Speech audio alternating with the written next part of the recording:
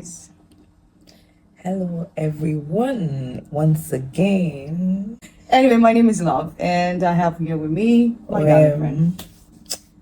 And today we are having this unconventional conversation, we'll call it, called your expectation with your close-knitted social network.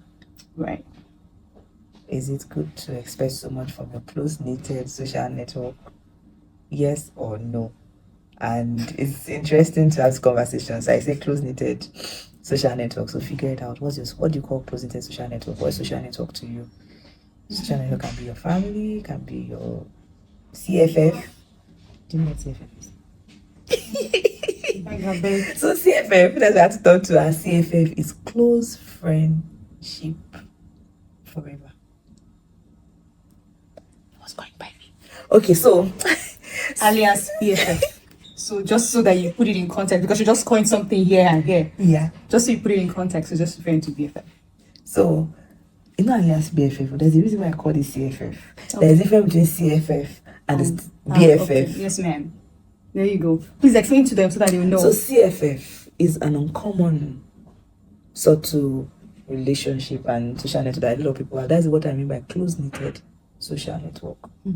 That's CFF. But of course, we won't talk about that one again. BFF, those that scream BFF, for those that have BFF. Well done. So, best friend forever, all the best. So we here will do CFF. I don't know. Do you have BFF? I don't know. It's okay. So the conversation basically, she's shocked about this, I know. So CFF is basically close friendship forever, and I feel a lot of times a lot of people have more of CFF, even though they've not defined it, as that. So I've helped you, and I've coined the word. It's called CFF, under OM wing CFF. And for those that have BFF, like we said, we give you a round of applause for keeping up with your BFF network. BFFs. Yes, BFFs. So for those that have a combination of all of these, BFF, CFF, and family, FFF. Yeah, but it all boils down to your social network. Yeah. Why social network is so it's a big word. We're just kind of narrowing it down to the inner circle of your social network. Social network. Yes, thank you. So what are the expectations? Is it ideal? Is it good to have expectations of those circle, or do we just play it by head? So that's what we want to really talk about today. What do you think? What has been your experience? What have been? Is it prone to you, or is this a con to you? So things like that. That's really what we wanted to dig deep today. And what would you say is expectations? What would you have said as your close-knitted social network? I think every one of us, spoken or unspoken, do have expectations. So in order to help things better, I think it's better to communicate the expectations. Sometimes it might not really be a conversation that you want to have that they should know, because it eliminates assumptions. It eliminates, oh, but I did this other person did not. Or I've been the one doing this other person or this other relationship did not. So I think there's a need to have that communication. It doesn't have to be something serious. It could be something that you just chime in, or just in a playful manner while you're still passing your particular truth at that moment, while you're still passing it across. So I believe in this expectation, whether we speak it or not, it's there, it's on the tone. Because one way or the other, you're expecting this person to do this. That's why they are your inner circle. There's a reason you're not. So again, another thing that's just like we learned in maybe maths, radius, the people around the close need to you. What you're expecting from them is different from those around or that are not in that circumference. So yeah, exactly. So it's not there's expectation, whether we, like I mentioned, whether we talk about it or not. You have one expectation or another. In order not to get frustrated, I think I'd rather have that communication between spouses, between friends, between even your dad, your mom, your family. Okay, my sister wants me to babysit. To just feel, okay, do we want to talk about it? Or I'm living close to her house. Does she want to help me? I'm traveling. Does she want to take me to the airport?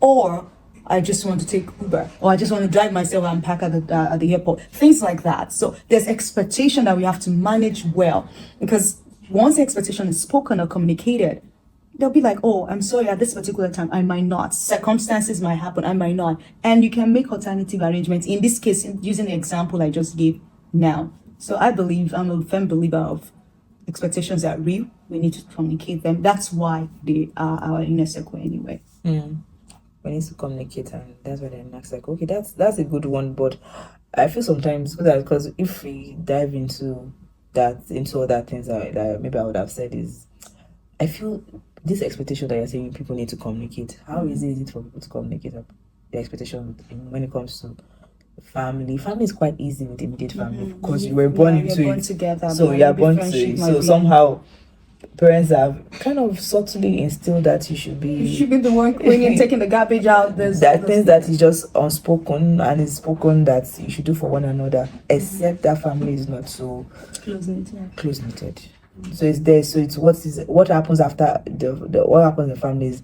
Has it evolved beyond what your parents instilled on you? Is it coming to you freely without just not because all these things shows up with time as people grow, as you grow in the family. Some people might not just want to do those things for you.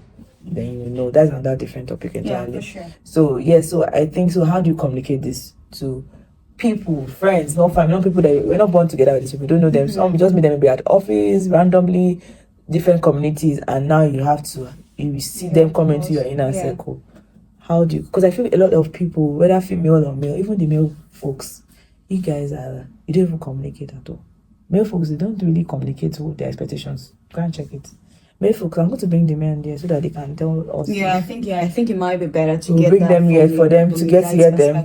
That did they really say? Did they actually communicate their expectation, their friendship, or is it easy, or they just also assume to? But from the female perspective, I think most of the time females are not communicating well. So because think about it. Let's say I take you out for lunch today. I was like, oh, maybe another month's time. Oh, let's catch up. Or maybe it's your birthday. I send you a gift. I prepare something. Send it to you. Oh, it's December coming up. Oh, okay, what can I do? Go ahead. Oh, let's do something. We are not in the same place. We're not living in the same geographical location. Let's do something. Let me send something to you. You send something like. And I've done that a couple of times. And she's not doing anything. I'm not saying it, but at some point, I'll be like, girl, does this relationship not mean something to her? I'll start thinking maybe it's just one-sided. Maybe it's just me. It's not necessarily because I need that, but it's a way of showing that, I value this relationship as well. So why I'm not expecting you, but underneath, there is an expectation because you are a friend of mine. That's why it's there. So it's better. I mean, it might be dicey or it might be really challenging talking about that. Oh, all right, I want you to buy me something. No, someone just did that to me.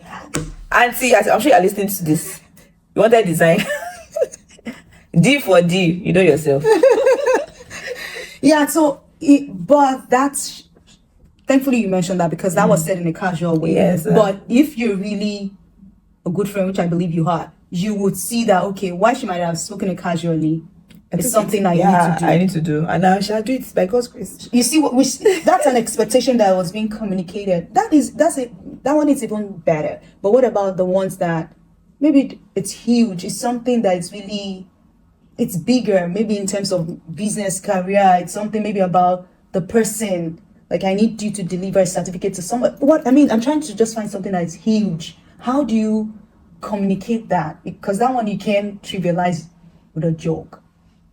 And you don't want it to sound so serious. Why won't you make it sound so serious? It's serious to you. So why can't you tell your close knit friend? If it was an acquaintance, if it was someone that was just a regular social network, but an inner circle, close knit social network, I think it should be in a space where you can say straight to the person, this thing is important to me. This document needs to be done. I think it was something I was watching. I can't remember what movie, but everything around that man was passed on to his close knitted friend. He trusted him that Hmm. maybe if he dies or whatever happens, He will take care of his family. this will take care of his family. So everything around my children, how they behave, what they do, what they can do, what they cannot do, they've been having that communication. Everything like that. And of course, so when things were happening and things went this other way for the family, and this is his friend passes on, you know, next thing, you know, the friend came on board, and when the family were having all this, you know, argument on what to do, what will happen to the kids or the wife and all of that, he just stepped in.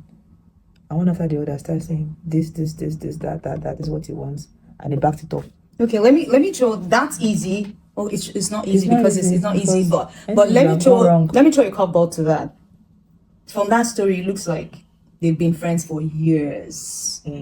What about if it's just a friendship that just started to breed? You just started to breed that friendship. How do you communicate your expectations without the other person feeling like, is this a transaction?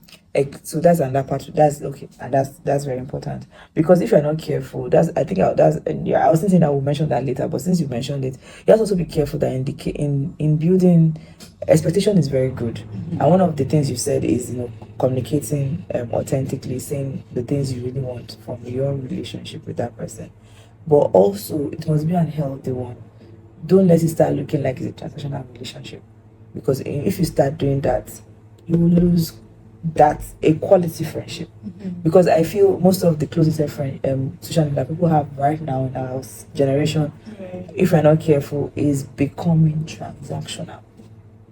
And Why did you say that? Because yes, a good one is an example of something I know that happened recently, and what the person expected was more of, I am having this friendship with you because I want to have access to this person that you know in your circle. That's transactional. It's not because you care about me. It's not because you have interest. It's not because you have my back. And as we watch this thing, and I watch this thing happen, and I'm smiling. And the person actually, we gave the person access to that person. Seriously, after that thing, the person locked us out. I was focused on that person. But it was through us you got to know this person. So it's transactional. So how do you think that people? So a lot of time people come. You feel used. You feel used, and it's happening regularly. Ask people. I'm sure people watching and listening. A lot of people are listening to me. Most of you come to. You are friends with some of us, or you are friends with somebody else because of transactional. It's transaction, and you will know. How do you know? There are values that will show you that this thing is transactional. Except you don't want to see it. So you should not be a friend, and you should not be a friend, and you should not accept close-knitted friends that are walking in that line, because it means that they're only there for you for that season. So I feel you want to have CFF, close-knitted social network, that can stay with you season upon season, something like that. You know, whether it's dry, whether it's winter, whether it's summer, they're just consistent in that space. Please check how many of us, or how many women, or how many ambitious, let's just say ambitious, because a lot of ambitious people are transactional. Let's get this straight. And that's why it's ambitious minded people are very transactional. Their friendship is transactional. Oh, why am I person? Why am I? All what they are doing is because they are heading towards this path. And sometimes when you are aware, like for anybody that's here, I am aware, we can just be looking at you, but we know that this friendship we're having is transactional. And we're watching as the game is being played. So expectation, we know the expectation, and some of us can give it to you and say, okay, take it. Some people will give it to you and say, take it. But in their mind, they know that this is not a friendship that should hold to your heart. Something bigger. Yeah. So just use exactly currency. So that's it. So that's healthy boundaries. So that part of it, trying to ensure that your relationship expectation is, it should be communicate your expectation. So you believe that expectations should be shared in a way that you also should as a friend should check yourself. Why, before you pass your expectation, what do you really want? If it's transactional, make sure that it's straight. Some people actually say straight, it's transactional, and it's good. It's good for career. It's good for whatever it is you want to achieve. It's good for maybe for marriage, for those that want to marry, and that is it. And maybe you're trying to catch somebody's brother or somebody's sister, and why you are in that whatever is because you are trying to catch something. These things are just real, and we all know, so that's fine. And once it's over, we just shift for you and you go to the next thing. But if you know that you are called, I said God. Yeah, actually, this social network that you want to keep close knitted is because you actually authentically care about that person, just the way you care about your family members, where you can't throw them away, but you're like, this person, I authentically care about that person. Then you will see that in everything you are doing. You know, you don't, even when the person doesn't do some things, you are not taking it personal because it's not transactional. You're there for the long haul. Yeah. So a good one is a friend that doesn't call you for a long time. I haven't had friends that can say, now, wow, you've not called me, and they've started on the phone. That's transactional. But a good friend, that's not transactional, just checking on you, how are you doing? The thing is, the other person is also a good friend, so there are two things. Also a good friend. Yeah, you call it the we just say, I'm fine, I'm cool, I'm this. I can say, are you okay? Just been concerned, I've not heard from you in a while. I know I had a WhatsApp call just today from a close knit friend, and she says, it's been a while, I've not heard. Please, my while from why? Is just one, how many days? 4 days. But she said, it's been a while. Just let me know if I can holler at you on Sunday if you are free. That's good, friend. There's no, I'm sure that your weekend might be very occupied, but in case your weekend is a bit free, can we just hang out? Our hangout is on phone. It's not like physical hangout. But see, that's close knitted. Now we can say, oh, this is what happened and this is what you know. That's healthy. And that means, so that kind of thing is easy. And this kind of friend I'm talking about, like our kids come to my place, we have this, lovely time together, our mom and all of that. So it's healthy. It's not transactional. So whatever it is, I want to do this for, if I can't do that, means I don't have capacity to do it. It's not anything. You will see it because we've been having conversation. You can see that, it's not like I will not do this thing, but I can't do this thing because of this. And if for any reason you don't understand why I didn't do something, you can come and say, why don't you do this thing for me?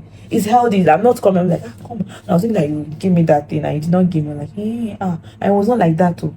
You see, it's easy. It's an easy flow. It's not.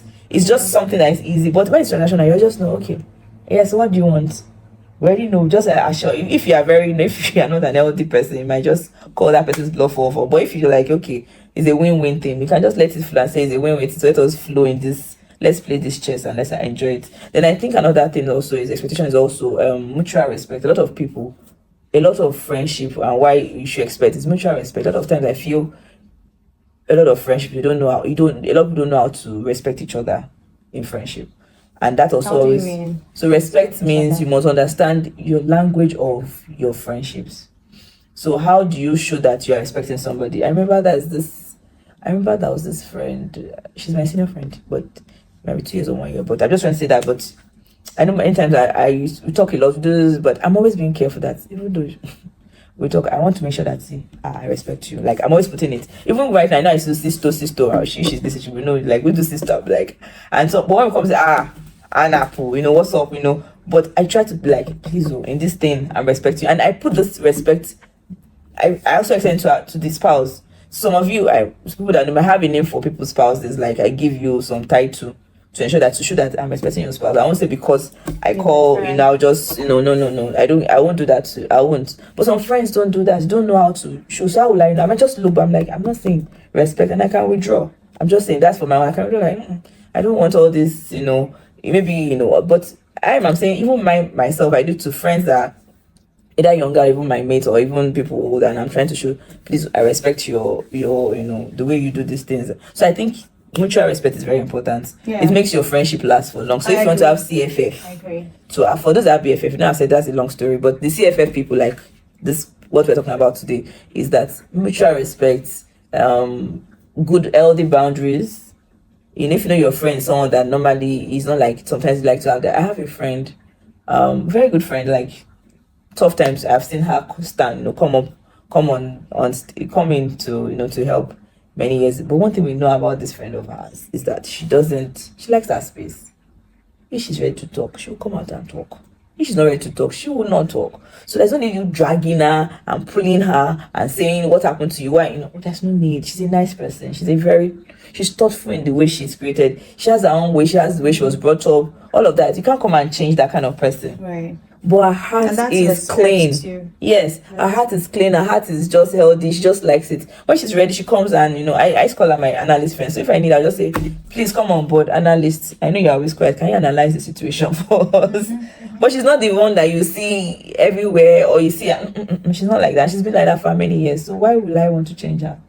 You just accept my friend as my friend. She's still my good friend. And when it's time for us to catch up, we catch up on a lot of things. So, that's what I'm saying. So, especially are there, she's there. When I need her, and she will come up and do something. I'm not saying do this, but when it comes, and when I see and I'm like, babes, this is happening, I can see, can we get this done? And so I think expectations are there, but how do you communicate it? And what have you done? So a lot of people say they have CFF, and I'm wondering, what have you done with your CFF? Like you said, relationship currents, what have you? And it's not doing, these things are not about maybe cash, people are always thinking, no, it's not all of that. It's how thoughtful are you? How are you showing that you care? What do you know? This happened, that happened. Have you actually been there for that person for person to feel you in that way? Emotionally, especially, I think emotionally is even deeper. And I guess that's even the way you even build quality, friendship. For the other ones are like the icing on the cake. Spiritually, to some people say, I'm praying for you. That prayer, it's just like this here. It's just on their lips, praying for you. But they've gone to sleep. The next day they will meet you again, say, and I was praying for you. May God help all of you. The so-called assumed CFF that are praying for us, that are not really praying for us. We know God knows you. We don't know you, but God knows you. But when we say we are praying for you, we are actually praying for you. So I hope things express a bit of healthy boundaries, authentic. For the respect, I actually want to really nail that. Friendship doesn't really have to be, it's good, your age group, your, like you said, older friends, younger friends, even if they're younger friends, there's a need for respect. Even if they're older friends, is easier, right? But even for the younger, even for me, because respect is reciprocal. You honor me, I honor you. And another thing I was going to add, that some friends are there for a particular season. It might just be for that season, that particular season, but you will know. And it's not because they are transactional, but you will know, and I think you should know. I'm not saying we might not be there yet, but I think you should know that, okay, this season of this person is done. Because if it's done and you're still trying to pull it, it will go sour one way or the other. So I think there's that necessity to recognize that why we're close-knit. This relationship, it's for a particular season. That maybe God sent that person for that season, and recognize that once that season is done, be comfortable enough, be okay enough to let it go. Let it go, not the sense that they might just go out of the radius of your inner circle and move exactly. But recognize that while it lasted, it was beautiful, it was good. And another thing I was going to say is that why we expect things from people. What am I doing? Am I the one to take the first step? What you sow, you reap. If you sow kindness, you will reap kindness. Even if that person that you sowed kindness to, someone else, another friend, will pick it up. So while it's okay to also communicate our expectation, we should also go out of our way to be that person. Be the one that will serve. Like scripture will say that whoever that wants to be greatest among you. It's even applying in French, not just in hierarchy or whatever. Yeah. Even in French, whoever, be the one that will serve. Be the one that will do that will just do the one, be the first. And when you do that over time, that person is your friend. He would, even if... Thank you for buying me my quotes. even if the person, you didn't hear that, even if the person did not say anything, they will see, because they're your friend, right? They will see. That's like training people by acts of doing.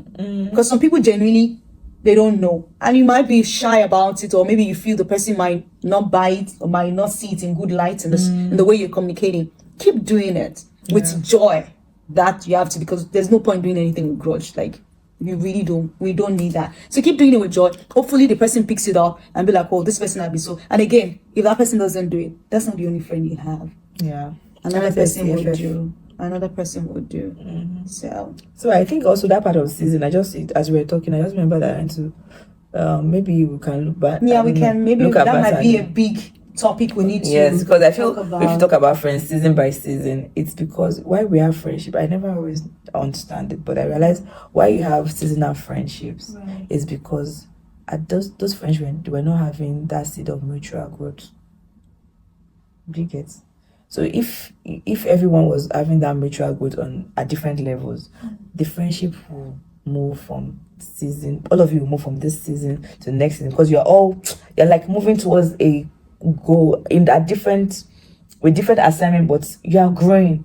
So what happens that you have this seasonal friendship, because one person was just going on one direction, the other person was going on 1, 2, 3, 4 direction. So if you have friendship where all of you are going 1, 2, 3, 4 direction, those are the friendship that stays season by season. So it's friendship that's seasonal, but the reason why it's seasonal is because of this mutual goal. So that's why why you can I would have. say that's part of the reason. Part of it's a very valid reason. But I don't think that's everything. But it is a very valid, because if you're not growing together, it will fall along the way. Your values, your interests, things like because that. Because it also happens with coaches too. So just even happens with spouses too. It could happen. That's with the spouses, same thing that now that you haven't mentioned it, so that's the same thing. So if you can't say your spouse is for a season, right? No, so that must be that means you must have mutual interest, mutual growth towards things, so that as the season changes, the way going and flowing. I think we might need to do another series on another video rather on this seasonal relationship. Yes, it's a long. That one, it's like that. Let's pack that aside. We might really need to dig deeper into it because there are a couple of other factors that can come to. So in summary, what I really mean with what I would say is that expectations are real. We need to find a way of communicating that and be the one that will be the first to serve. Respect one another, no matter even if it's younger friendship or friendship from younger folks. There's need for respect. Okay, I think you said okay. Yeah, I think boundaries portion of it. Yes, the boundary part is setting the healthy boundary in the friendship. Ensure that a lot of times people don't set. So I know people that I remember when I was growing up, I have some people family friends that I knew my mom wasn't really comfortable. They just come and barge into the marital bedroom. I feel that's bad. Like, don't allow, always like healthy boundary. Let it come from that person that come to this level. Don't just they use the word jump in the regular English here, but don't jump, don't be too forward about things. So it's part of healthy boundary. So if you are a good friend, ensure that you're keeping healthy boundaries, even for the receiver and the giver. Healthy boundaries, that's part of it. So respect cannot be continuous if we don't have these healthy boundaries. Yes, because you know where you cross the line. And that's where it is. That's where we end this. Hope with these few words of ours, we've passed the information, our own, what we are learning, and what we also want you to also tell us if it was what you're watching and you're listening. Thank you so much. Till we'll come again, having more of this conversation, different things around being ambitious and learning how to survive to thrive in every areas of our life. Thank you. Bye. Later.